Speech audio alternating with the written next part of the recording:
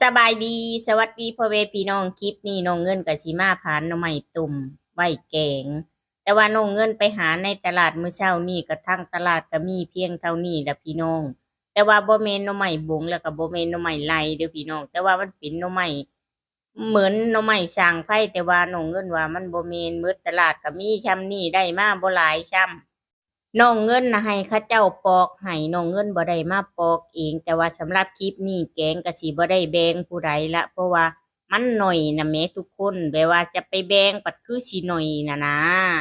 น้องเงินก็เลยบ่ได้แบ่งก็ขอโทษขออภัยเด้อถ้าบ่ฮอดบ่ถึงก็ได้ อดใจรออีกหน่อยสิ้นเดือนนี้น้องเงินก็สิกลับบ้านแล้วเด้อพี่น้องน้องเงินก็สิไปหาหน่อไม้อยู่บ้านแกง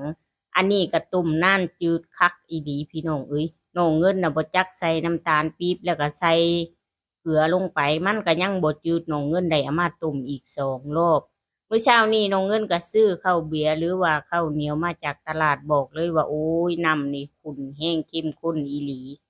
หลังจากนั้นเฮาก็สิเอามาปรุงแต่ว่าเวลาไปเอายานางแล้วก็ตำยานางโหน่งเงินก็บ่ได้ทายให้เห็นแต่ถ้าให้เห็นทุกขั้นตอนนี่ก็บอกเลยว่าต้องใช้เวลาคลิปเฮ็ดกับข้าวหรือว่าการตัดต่อคลิปนี่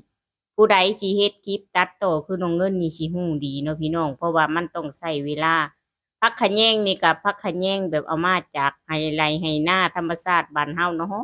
มหอมพี่น้องเอ้ย มาพี่น้องมากินแกงหน่อไม้น้ำนองเงินแต่ว่าอันนี้น้องเงินก็สิไว้กินตอนเที่ยงหั่นล่ะพี่น้องเอ้ยบอกเลยว่าหุ่นแฮงเขา